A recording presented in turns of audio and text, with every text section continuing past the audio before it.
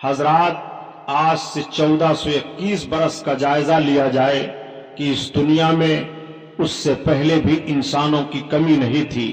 دنیا کے گوشے گوشے میں ابن آدم پائے جا رہے تھے۔ کوئی ایسا خطہ اور چپا نہیں تھا کہ جہاں پر انسان آباد نہ ہو۔ یہ انسان بجائے ایک معبود حقیقی کی عبادت کرنے کے نہ جانے کتنے معبودان باطل کی پرستش میں مبتلا تھے۔ یہ انسان اپنے معبود کی عبادت کرنے کے بجائے جب سویرے سویرے اگتے ہوئے سورج پر اس کی نظر پڑتی تو سورج کی شعاعوں کو دیکھ کر اس کے سامنے اپنی پیشانی کو جھکا دیتا، اور جب سورج ڈوب جاتا، رات کی تاریکی میں چاند کی چاندنی پھیلتی تو یہ انسان کہتا، یہ چاند تو میرا معبود ہے۔ جب یہ سمندر کے کنارے سمندر کی لہروں کو دیکھتا تو کہتا، تو میرا معبود ہے۔ جب بڑے بڑے پہاڑ کے ٹیلوں پر اس کی نگاہ جاتی تو کہتا، تو میرا معبود ہے۔ جب یہ آگ کے شعلوں پر نگاہ ڈالتا تو کہتا، تو میرا معبود ہے۔ جب یہ ہرے بھرے لہلہاتے پودوں کو دیکھتا تو کہتا، تو میرا معبود ہے۔ عربستان سے لے کر کے اور ہندوستان تک کفر و گمراہی کے بادل چھائے ہوئے تھے، بلکہ جس ملک میں ہم اور آباد ہیں اس ہندوستان میں 32 کروڑ معبودان باطل کی عبادت ہو رہی تھی۔ کنکر پتھر، مکھی مچھر، پیڑ پودے، ہوا فضا، ان سب کو معبود مانا جا رہا تھا۔ معاذ اللہ، یہ انسان اپنے معبود کی عبادت کرنے کے بجائے عبادت کے معاملوں میں اتنا ذہن و فکر اعتقاد کی بنیاد پر گر چکا تھا، اخلاقی طور پر انسان اتنا گرا ہوا تھا کہ جس ہندوستان میں ہم اور آباد ہیں اس ہندوستان میں سگی بہنوں کے ساتھ شادیاں کی جا رہی تھی، بچیوں کا بھیٹ چڑھایا جا رہا تھا، لڑکیاں دریاؤں میں ڈالی جا رہی تھی۔ جوان لڑکی کا شوہر مر جاتا تو اسے دوسری شادی کرنے کی اجازت نہیں تھی، بلکہ اس کے شوہر کی چتا پر اس کو یا تو جل بھون کر کے بھسم ہو جانا تھا، اور یا اگر وہ زندہ رہنا چاہتی تو ایک مکان میں اسے قید کر دیا جاتا۔ وہ مکان میں 6 مہینہ تک قید رہتی، ضروریات زندگی اس کے لیے وہیں پیش کیے جاتے۔ اگر زندہ نکلتی تو اس کے چہرے پر کالک لگا کر کے جانوروں پر بیٹھا کر کے اسے گھمایا جاتا، اور یہ ذہن و فکر دینے کی کوشش کی جاتی کہ یہ منحوس لڑکی تھی۔ اس ہندوستان کا وہ رواج تھا، اور عربستان کا حال تو یہ تھا کہ بعض قبیلوں میں بچیوں کی پیدائش کو بہت منحوس سمجھا جاتا تھا۔ اگر بچی پیدا ہو جاتی تو باپ ماں کی گود سے اس کو چھین لیتا تھا، اور چھیننے کے بعد لے جاتا ایک میدان میں گڑھا کھود کر کے باپ اپنی بچی کو وہیں سلا دیتا، اور اپنے قدم کو اس کے گلے پر رکھ کر کے دباتا، اس کی زبان نکل آتی، وہ بچی چیخ مارتی، باپ کے آنکھوں میں آنکھیں ملاتی، مگر باپ کے آنکھوں سے آنسو گرنے کے بجائے خون ٹپکنے لگتے، اس کے ماتھوں پر غصہ سے پسینہ آ جاتا۔ وہ ظالم باپ اپنے ظالم ہاتھ سے اس بچی کو زندہ درگور کر دیا کرتا تھا۔ یہ ہمیں تاریخ بتا رہی ہے۔